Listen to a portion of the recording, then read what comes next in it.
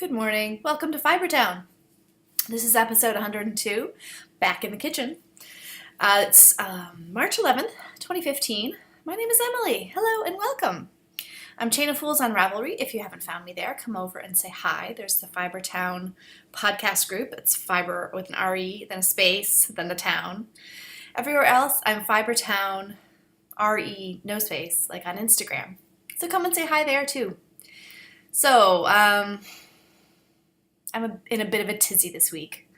I'm getting ready for my trip this weekend, and I have a million things to do, but I needed to say hello to everybody in Fibertown and ask you some questions, okay? So we'll do that at the end of the show. I have some introductions, some information, some FOs, some works in progress, some spinning, some up and coming, and then we're done. So I think it's going to be a quick show because, as I said, I'm in a tizzy and I have a lot to do. So I want to say hello first to Adria1979. She's from the US. She knits, crochets, sews, spins, and this is cool. She adapts old recipes, like 200-year-old recipes, to today's recipe writing style and grocery standards, I guess. How cool is that? So hello, thanks for joining. And then we have Bybilla, who is Birgitta? I'm not sure if I'm saying that right. She is from Norway. And she's the host of the Bybilla podcast, Bybilla. I think that's on YouTube. And she is, of course, from Norway. I said that, didn't I? She's from Norway. Did you get it? 3 times. You should know now, but she's from Norway. Okay. She's a textile artist, and she's been educated. I guess she's done education in Norwegian folk art. So how cool is that? I subscribe to her podcast, and I'll be checking it out. Okay, one other thing I want to mention, and you can probably hear Alice in the background, and she's like, wait, you're podcasting and I'm not there? It's because I'm not on the couch. I'm at my kitchen table. Just wanted to change it up today and not carry everything into the craft area.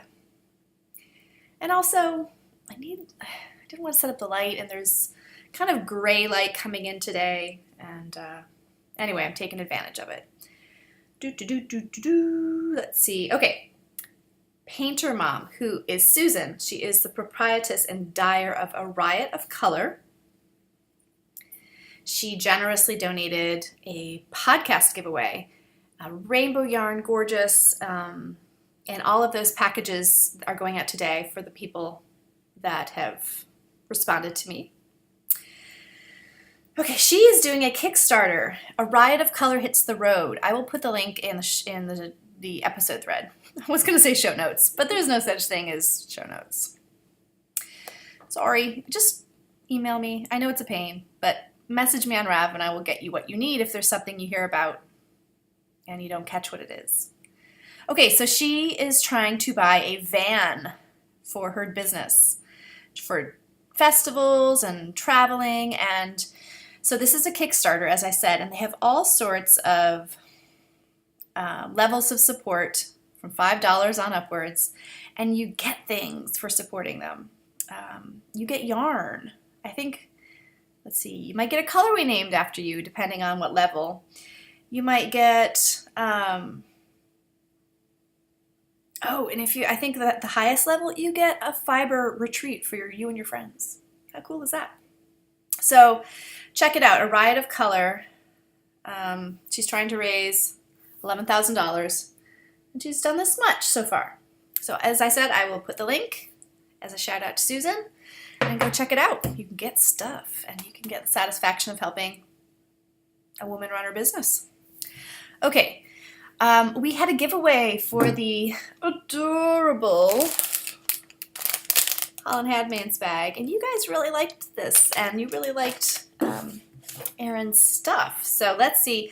The winner I drew today, the winner was number 6, who is, I wrote it down. Oh, it's Adria1979. And I didn't even write down her real name. Adria1979, you are the winner of this adorable bag. Send me your address and I will mail it to you. If you see this, if you send it to me by tomorrow, then I can get it in the mail to you. If not, it'll be next week. Okay, Adria, what was your first name again? It's Andrea. I'm on fire today, people. Okay, so into the stuff, the knitting and the spinning and the weaving.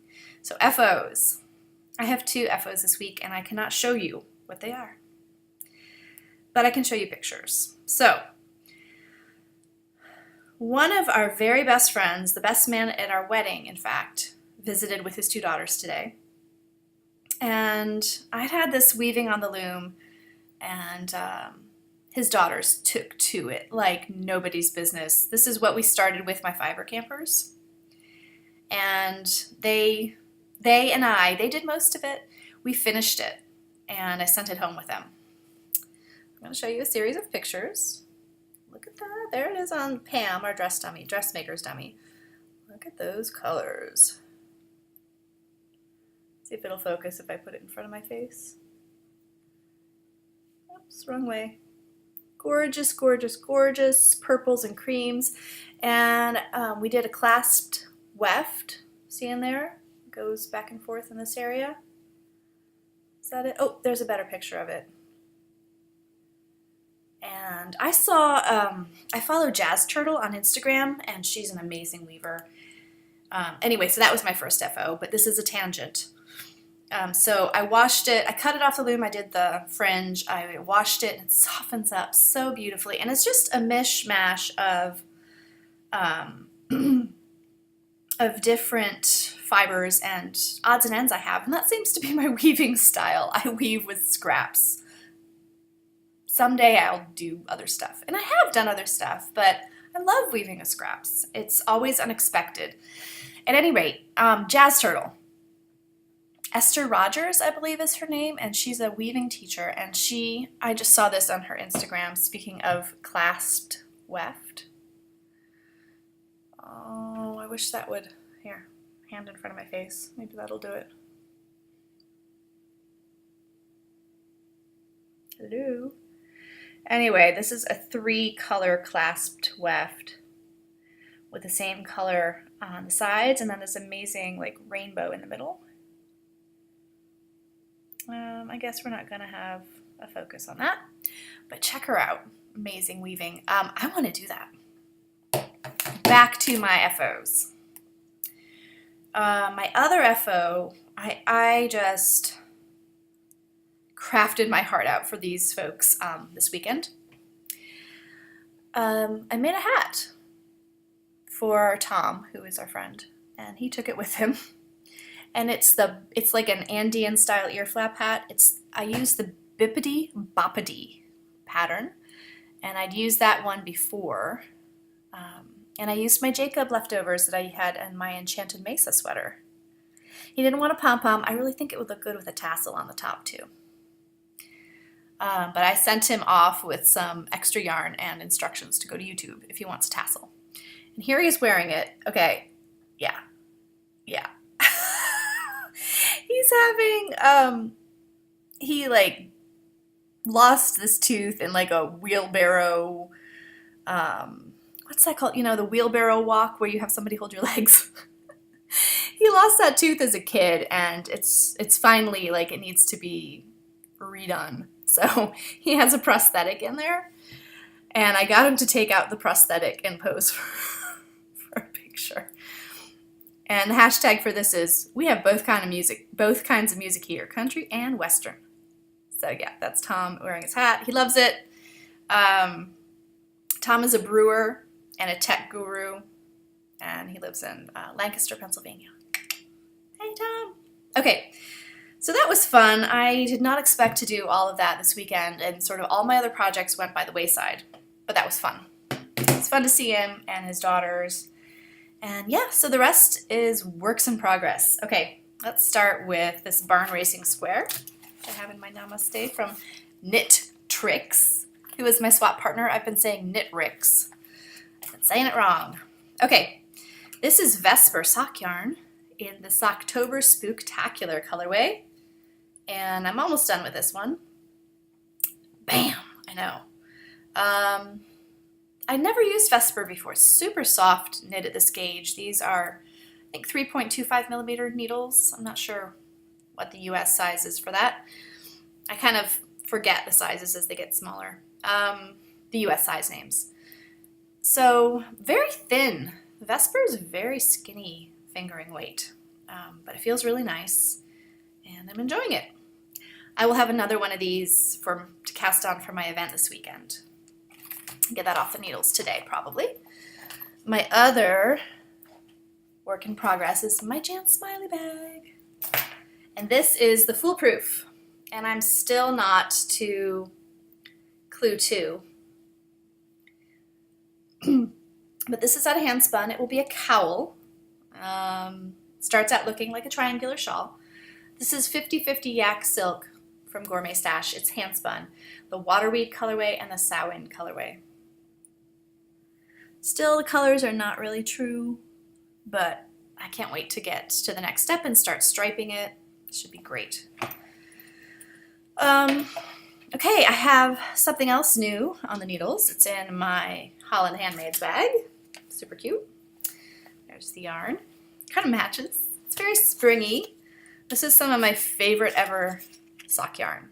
Oh, and I meant to bring the socks I'd already knit. This is Hazelknit's Artisan Sock.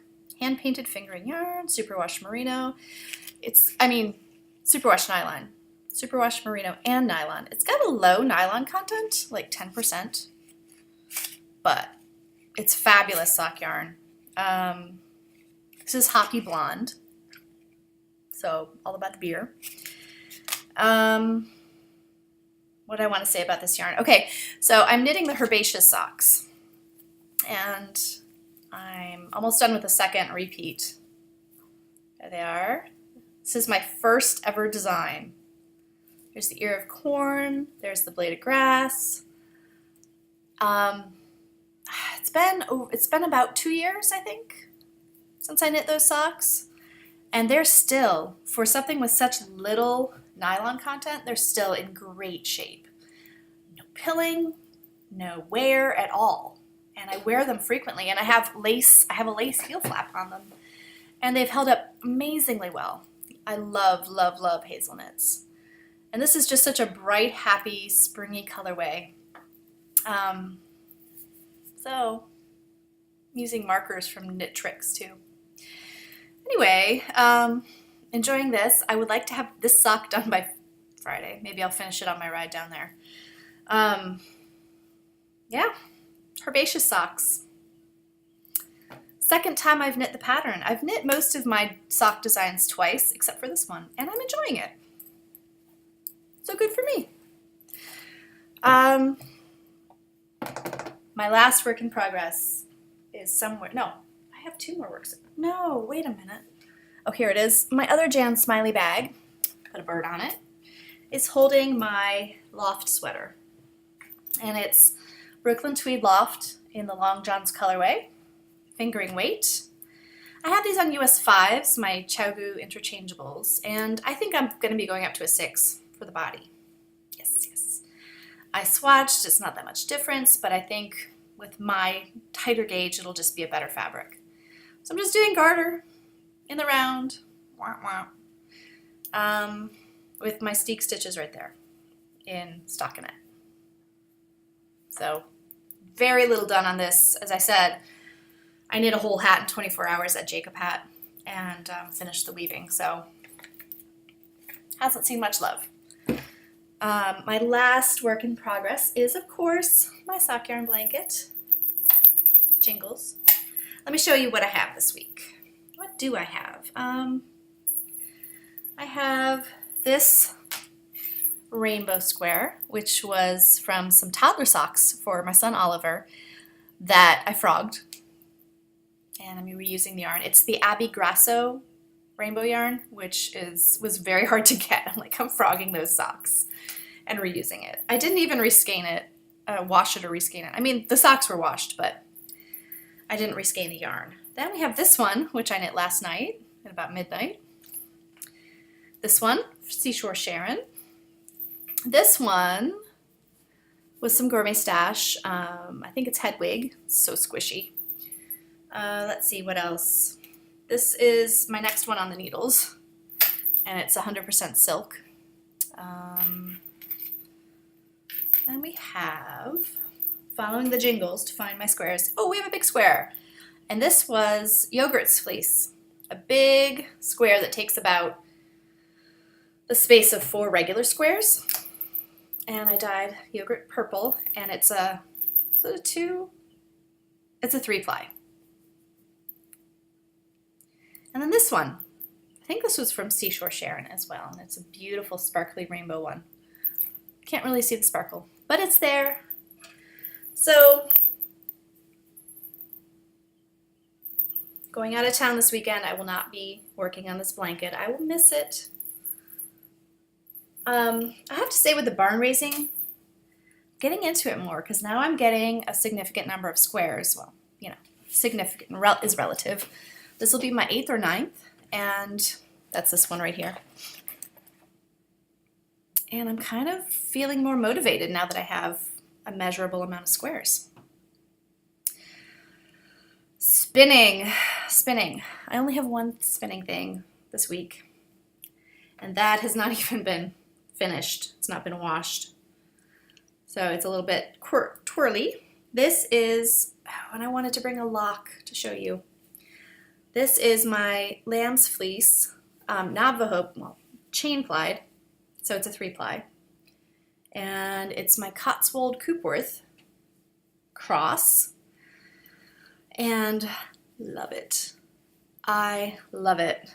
I love it, I love it, I love it. I don't know, I was thinking of making it into a lace project, but I think it would be awesome as a garment, and I do love this color. So this will go into the sock yarn square blanket, and I'll test it out that way, see how it knits up, and probably do a swatch and wash it too. So the next thing that's going on my wheel is this, because I have been away from my wheel. I haven't been doing enough on my wheel lately. Just been busy with other stuff. This is a hobbledehoy bat. Oh, mamma mia. What is this called? Continental Drift. Has all the stuff in it. And it has love. Look, see the heart? Has love in it too. I love how our bats look so different depending on the side you're looking at. And she has included, bam! What kind of locks are these to work into it? If you want. Mystery locks. They're called mystery locks. Some sort of long wool, I think. I don't think they're mohair. Oh, maybe they are. So that's going on my ladybug next. Okay, up and coming. Did I do everything? What time is it? Whoa, it's going to be a shorty.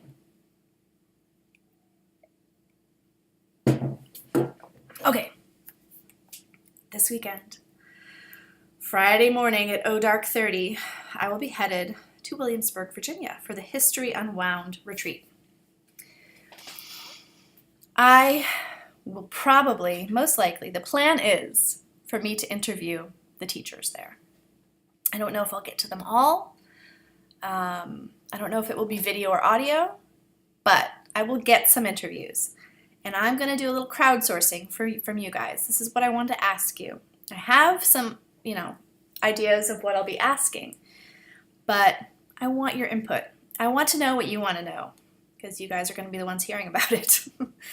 So you might as well get something out of it. Let me show you who the teachers are. And I would love for you guys to post some questions for me to ask, things you want to know about in the episode thread.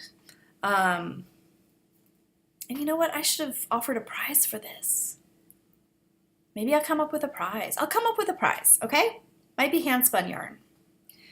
Wish I had it now. Maybe I'll post it on Instagram.